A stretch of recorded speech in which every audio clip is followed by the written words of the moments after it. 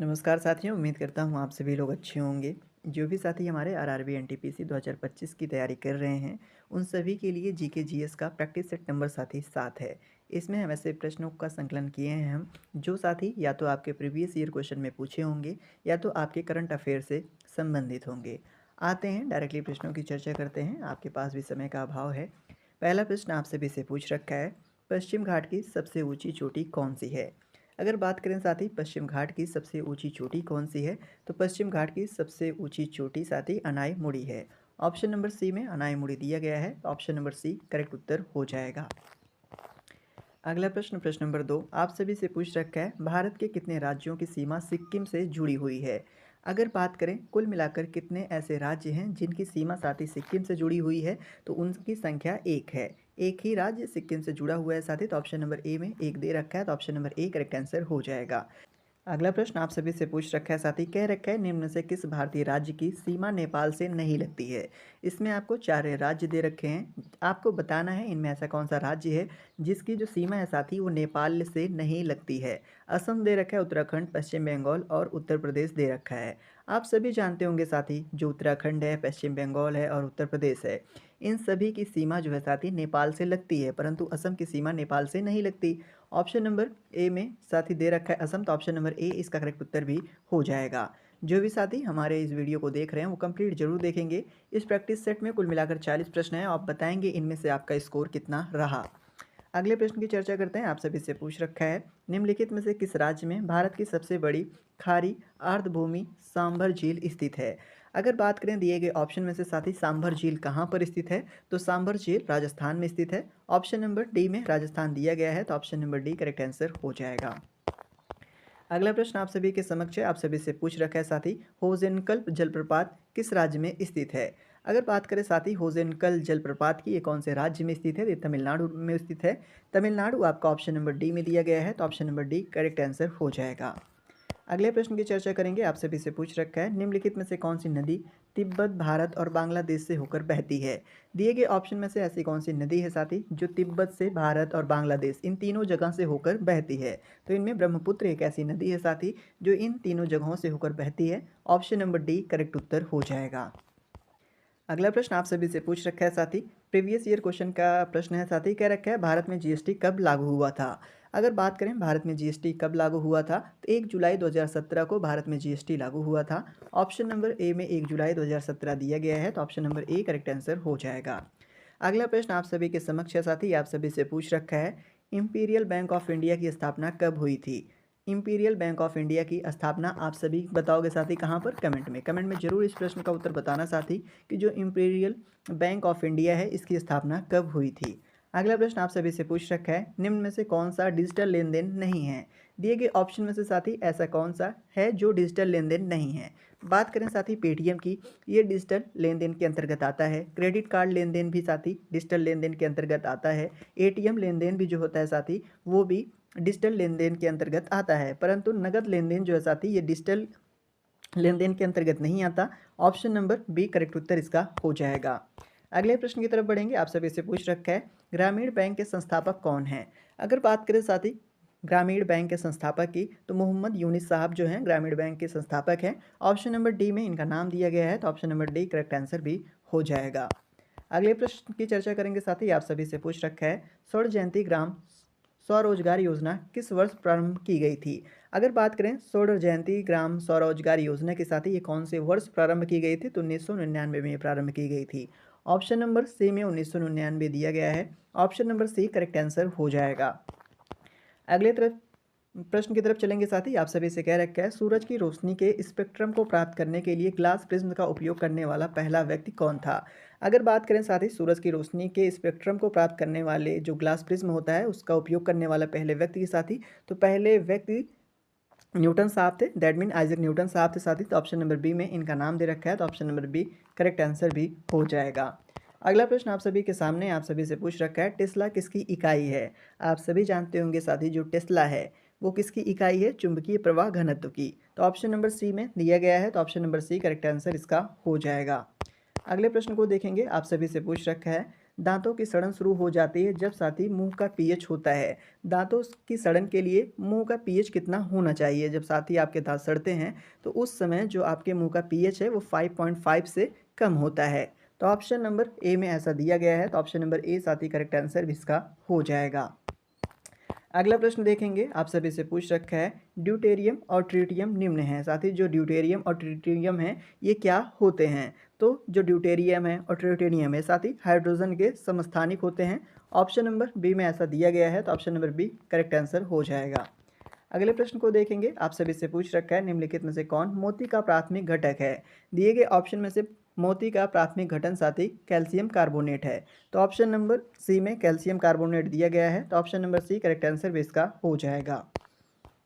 अगला प्रश्न आप सभी से पूछ रखा है, बेहद इंपॉर्टेंट भी है, कह रखा है निम्नलिखित में से सर्वाधिक अभिक्रियाशील धातु कौन सी है? दिए गए ऑप्शन में से सबसे ज़्यादा रिएक्शन करने वाली या फिर अभिक्रियाशील जो धातु है साथी वो पोटेशियम है। ऑप्शन नंबर ए में पोटेशियम दिया गया है, तो option number A correct answer इसका हो जाएगा।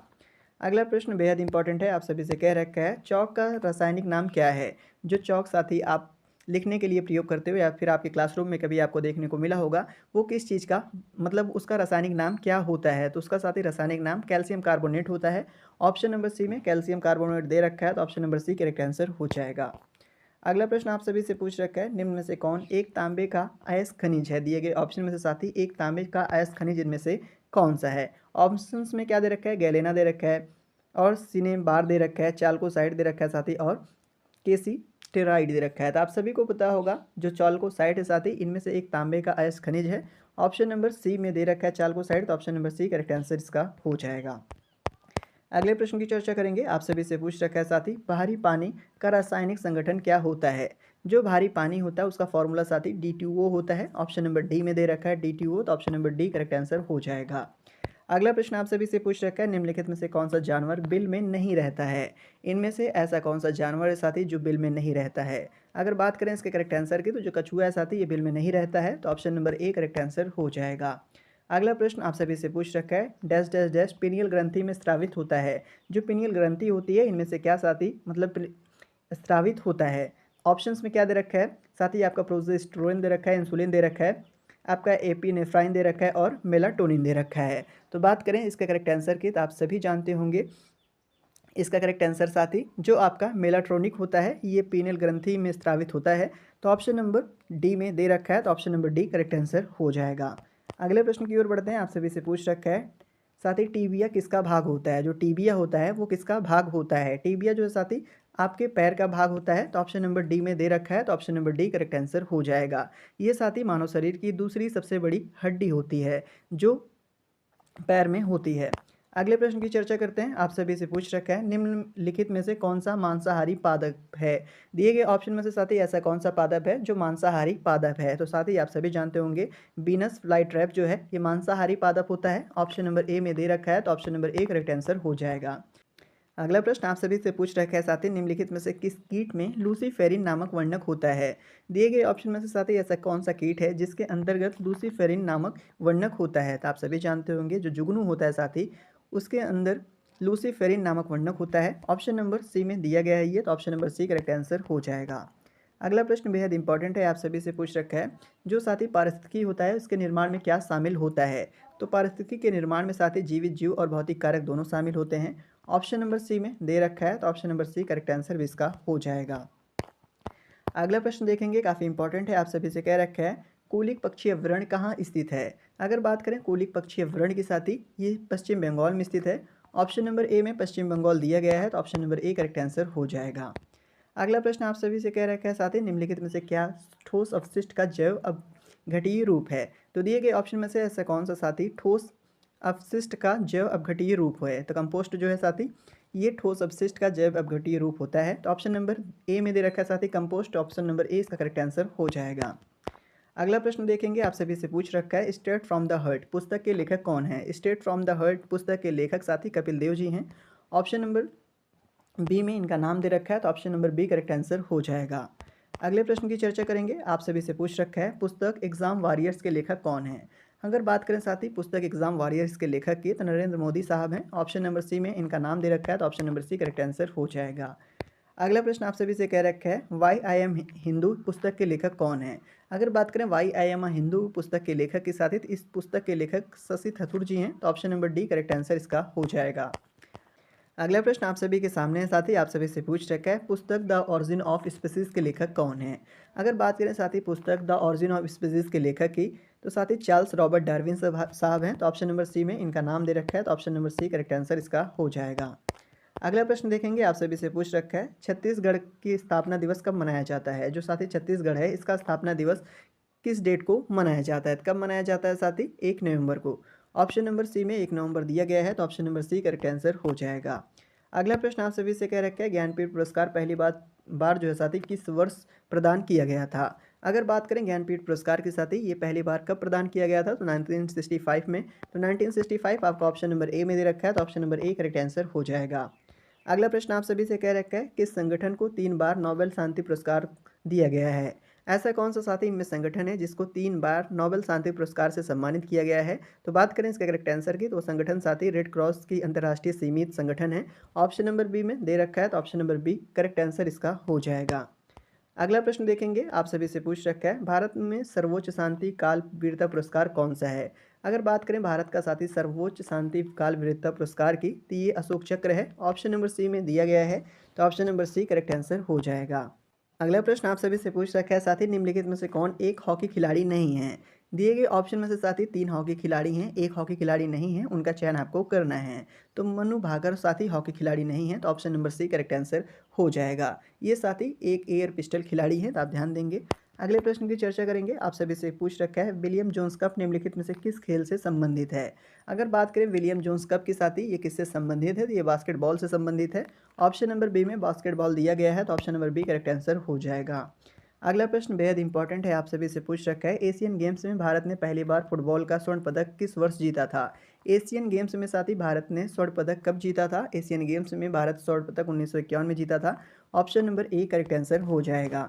अगला प्रश्न आज का आखिरी प्रश्न आप सभी से पूछ रखा है निम्नलिखित में से कौन सा स्मारक राजस्थान में स्थित है।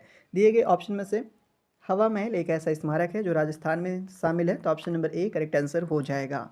आज के लिए साथ ही इतना ही, मिलते हैं अपने अगले वीडियो में, तब तक के लिए धन्यवाद।